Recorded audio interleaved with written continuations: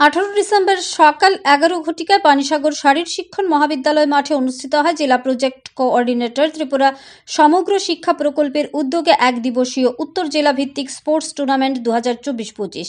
পতাকা উত্তোলনের মাধ্যমে স্পোর্টস টুর্নামেন্টের শুভ সূচনা করেন উত্তর জেলার সহসভাধিপতি ভবতোষ দাস। সভাপতিত্ব করেন পানিসাগর নগর পঞ্চায়েতের চেয়ারম্যান অনুরাধা দাস। এছাড়া উপস্থিত ছিলেন পানিসাগর নগর পঞ্চায়েতের vice chairman Dhananjay Debnath, Panisagar sports স্কুলের প্রাক্তন প্রধান শিক্ষক দেবাশিস নাথ, স্পোর্টস দপ্তরের অ্যাসিস্ট্যান্ট ডিরেক্টর বিভা বসু গোস্বামী, পানিসাগর বিদ্যালয় পরিদর্শক সুজিত রুদ্রপাল, উত্তর জেলা শিক্ষা দপ্তরের ওএসডি কৃতি সুন্দর দে, বিশিষ্ট সমাজসেবী নিরুপম দেব সহ অন্যান্য বিশিষ্টজনেরা। উদ্বোধনী সঙ্গীত ও নৃত্য পরিবেশন করেন পানিসাগর সরকারি ইংলিশ মিডিয়াম স্কুলের ছাত্রীবৃন্দরা।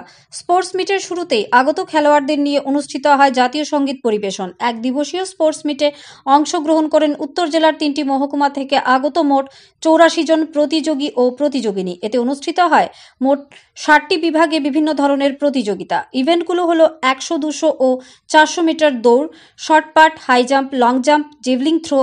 উভয় মহকুমা থেকে উভয় ইভেন্টে রয়েছে প্রতিযোগী এবং প্রতিযোগিনীদের জন্য পৃথক পৃথক দল।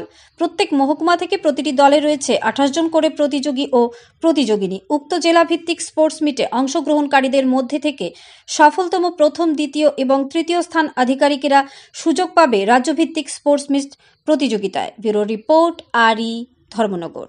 আলোচনা করার কিছু নেই আমি মনে করি না, শুধু একটাই বার্তা আমাদের আগামী প্রজন্ম এবং যুব সমাজকে আমি মনে করি সেটা আমাদের প্রত্যেকের দেওয়া উচিত এবং তাহাদেরকে সহযোগিতা করা উচিত যে আমাদের দেশ এই সময় আমরা কিন্তু প্রতিটি ক্ষেত্রে আমরা অনেকখানি আমরা এগিয়ে গিয়েছি।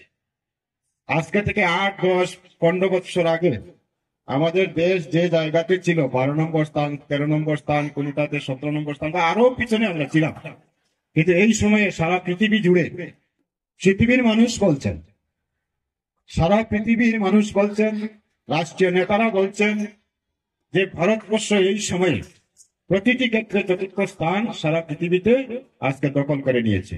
আজকে এই জায়গাতে আমরা বুঝতে পেরেছি, সায়েন্স টেকনোলজি হোক, কৃষির ক্ষেত্র হোক, সামরিক ক্ষেত্র হোক, অর্থনৈতিক ক্ষেত্র হোক, প্রতিটি ক্ষেত্রে আমরা কিন্তু সফলতার সাথে এগিয়ে যাচ্ছি। এবং আগামী দিনে আমাদের যে চিন্তাধারা, আমাদের যে ইচ্ছা, সেটা হচ্ছে ভারতবর্ষ একটা সময় সারা পৃথিবীকে পথ দেখাতো, সারা পৃথিবীর যুব সমাজকে জ্ঞান বিতরণ করত।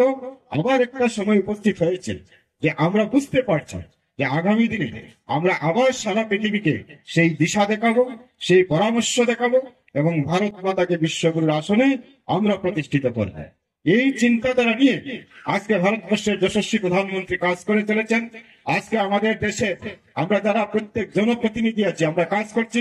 আমাদের প্রশাসনিক যারা অধিকারী আছেন, আমাদের শিক্ষক থেকে শুরু করে সবাই কিন্তু প্রচন্ড পরিশ্রম করছেন যে আমাদের দেশকে আবার স্বমহিমায় আমাদের সেই জায়গাতে আমাদেরকে নিয়ে যেতে হবে। একটা সময় যে সারা পৃথিবীর যুব সমাজ ভারতবর্ষে এসে শিক্ষা গ্রহণ করেছেন।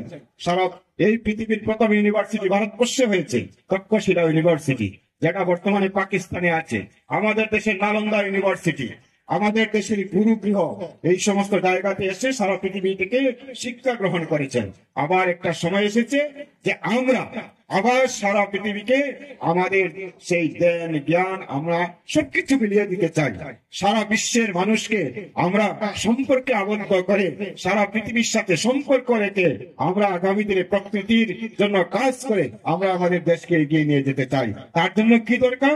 তার জন্য আমাদের যে আগামী প্রজন্ম, আমাদের যে যুব সমাজ, তাদেরকে নিরোগী হতে হবে, তাদেরকে সুস্থ রাখতে হবে। শরীর যদি সুস্থ না থাকে তাহলে কোনো কাজই ভালোভাবে করা যায় না।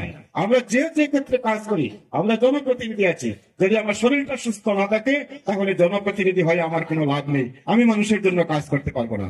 যারা শিক্ষকতা করছেন তাদের যদি শরীর ভালো থাকে তাহলে মন সুস্থ থাকবেন, মন যদি সুস্থ থাকে তাহলে তারা ছাত্রছাত্রীদের জন্য, আমাদের আগামী প্রজন্মের জন্য, আমাদের সমাজের জন্য তারা কোনো কিছু করতে পারবেন। আমি শুধু এই ক্ষেত্রগুলির কথা বলছি না, প্রত্যেকটি ক্ষেত্রে, কৃষির ক্ষেত্র হোক, যে কোনো ক্ষেত্র হোক, প্রতিটি ক্ষেত্রে আমাদের দেশের মানুষকে সুস্থ থাকতে হবে। সুস্থ মানসিকতা যদি না থাকে তাহলে মানসিকতা ভালো থাকে না।